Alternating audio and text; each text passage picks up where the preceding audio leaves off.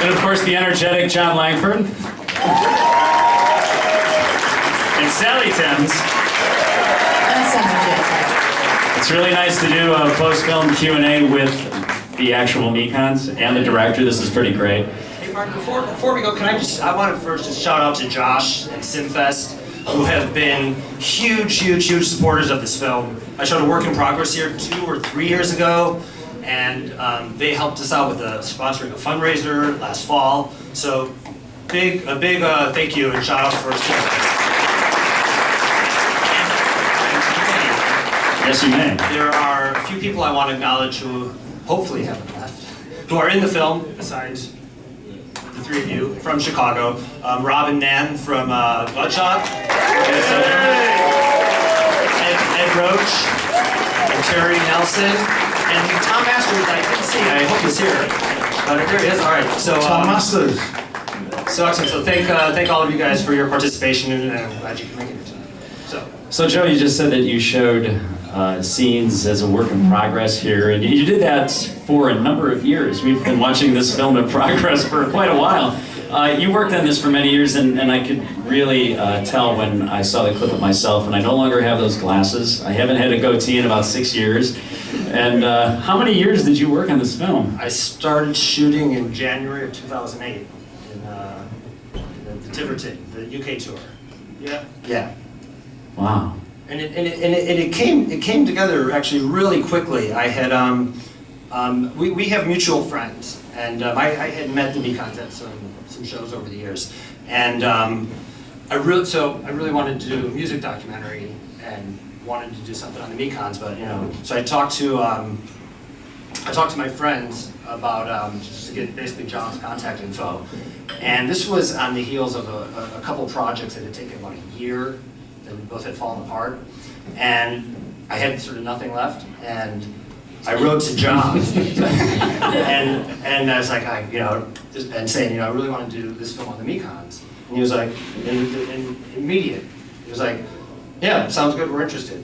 Tell us what you want to do. So I was coming back here over Thanksgiving, from Chicago originally, and John and Sally and I met over in Thanksgiving, and they had, in the meantime, I sent an email explaining what I wanted to do. They sent it to the other band members, and they're like, yeah, let's do it. And so it came together. This was a month before this meeting. You came quite highly recommended, though. Well, we had friends. Yeah. So you were all right. And the good thing about doing something with the Mekons for you is you didn't have a job to get fired from. Exactly. So it all came together. I didn't at the time. But it was at that meeting when they said, we're going to be in January. This is now just less than 2 months away. We're going to be writing and doing this tour in the UK and writing and recording a new record. That would be a great time for you to start.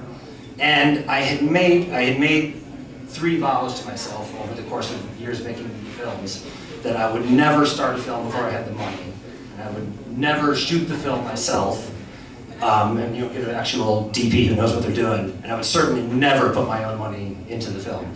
But here we were, just ticking off all those boxes because I was like, we got to do this, and so that was it. I just kind of launched right into it, and it seemed like this was going to be my 1-year project, Right. and things happened. Doesn't work that way. Well, documentaries, for the most part, don't work that way. I mean, you never really know where it's going to go. Exactly. And it was, it's that first tour and the writing session. I really thought, because I was just out there with my camera by myself, that it was going to be kind of like a fact-finding mission for me, and having the band get comfortable with me, because they hadn't, recorded anything together in a few years, and they needed some time to get together and reacquaint. But that happened quickly, I discovered. And so what I thought was just going to be kind of foundation laying really ended up being the spine and the backbone of the film. But then it was after that when I started spinning off and doing stuff with John, stuff with Lou and Tajikistan. It just kind of kept going and going. Right. Well, it certainly is a rich story. Now, when you went into the project, into making this film, what was your goal, really?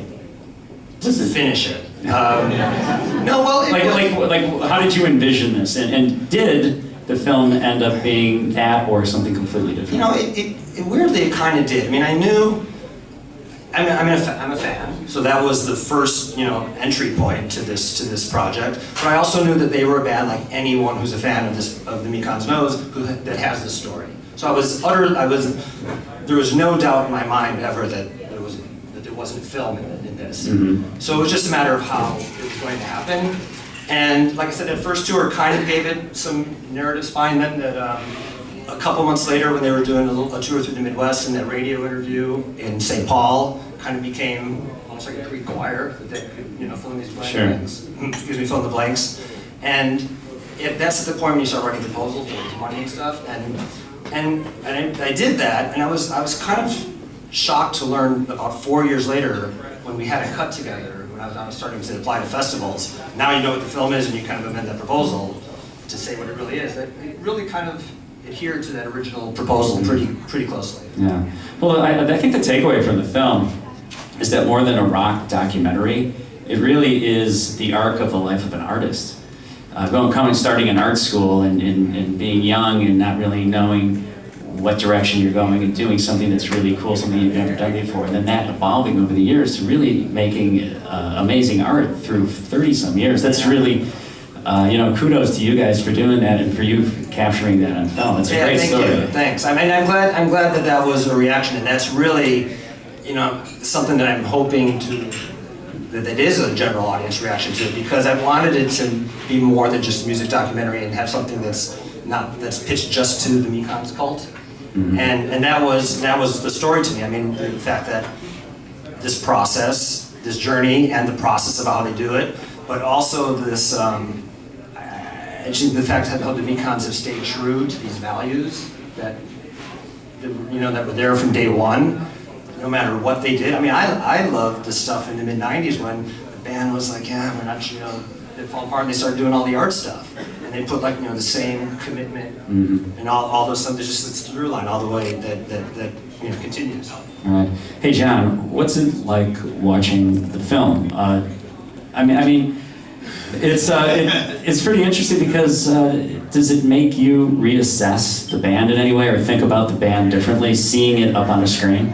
The first time I watched it was a New York documentary. What's it called? Doc NYC. Doc NYC in New York, and me and Martin went on the Dylan Thomas Trail all day, and we had a red carpet moment. We had to stand on a red carpet, then we were thrust through a door into a huge New York cinema, which is entirely full of people, and we were made to sit in the very front row.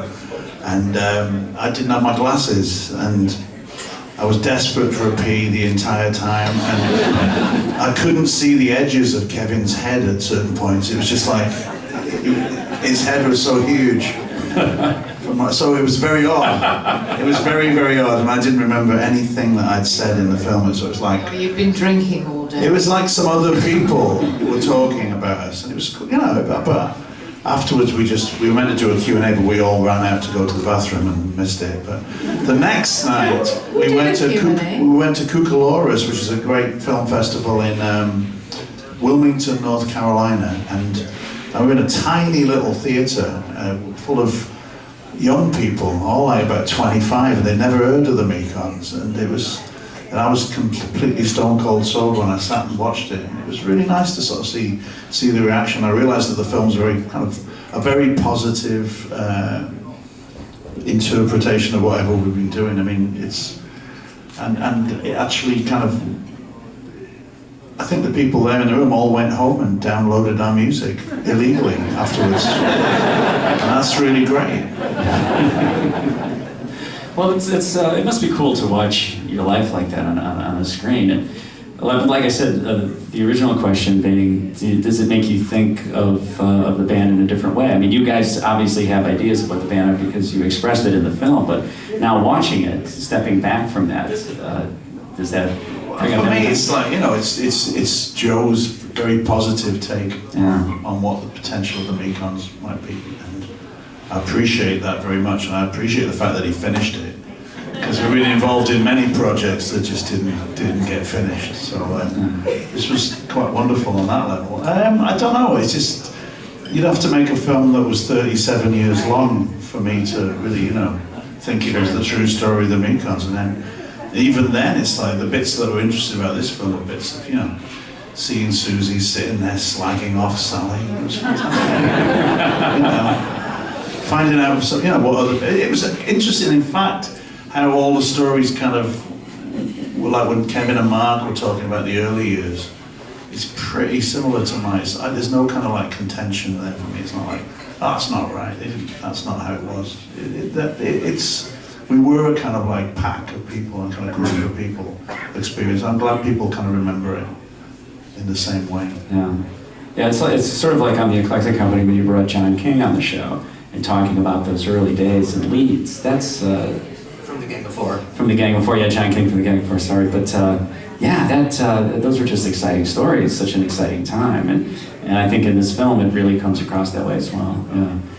I mean, that's what's so cool about the movie is that arc, it starts there and ends up where we are now, and it's a documentary about a band that still is a living, breathing organism, which is kind of cool. This isn't like a nostalgic look, this is just taking us to where we are now. We may work together again. Sally, and I think you really encapsulated a lot in the film in your comments near the end that Joe used, where you talked about art and about people getting together and sharing art and making art and creating, and whatever happens with it happens. That seems to be the ethos of the band throughout the whole history. Yeah, and I would say that even though the band has changed, the initial ethos that was put in place by what happened with punk rock has stayed consistent. So, despite the fact that we do different things, we always joke punk rock ruined our lives, but this is, the way that we view things, that those were the formative years for us. And those were the times when we decided if we make things, this is how we're going to make them, it doesn't matter what they are. And so, regardless of what we've made, we've always had those in place. So in some ways we haven't changed. We've changed in our skills, and obviously we've become better at what we do, but everything we take on is textured by that. So to me that's the kind of line through the whole thing, that hasn't changed at all. That was what forged us, and for I think a lot of people who went through that era, it's the same.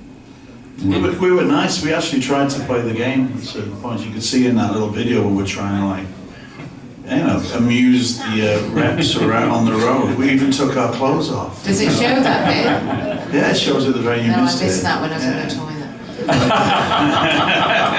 You're always in the toilet missing out the nudity. Exactly. But we were actually trying to play the game when we were on majors. We were trying to work out how can we do this. We never really. We didn't go into the major label situations thinking, right, we'll destroy the music industry from the inside. But we sort of thought maybe this will work for us, because but it just really didn't. The worst times we ever had with the Mekons were when too many other people were involved for the wrong reasons and sort of took the reins out of our hands. We'd be much happier living in a stone circle in the Lake District, carving wooden CDs and for us, wrapping them in leaves and making them available. For us, it's always worked that everything has to be on a small scale. I mean, small scale shows, we could never have made that transition to playing on great big stages. I was thinking about it before I came here, but I thought about it a lot watching that movie too. The odd thing about us as a band as well, especially the band that exists now, because we don't see the others so much, but we like each other. Most bands don't actually really like each other, but when we are in England, we spend time together, we hang out, we're close friends, and that, I think, is, we're a group of individuals who make music, but we also are very, very social people, and so we like this whole social world that is created by what we do, and then I think that in itself expands into the idea of doing things that involve others in it. The things we do at the Hideout, the things that's why Chicago's been so great for us, because it's a social city.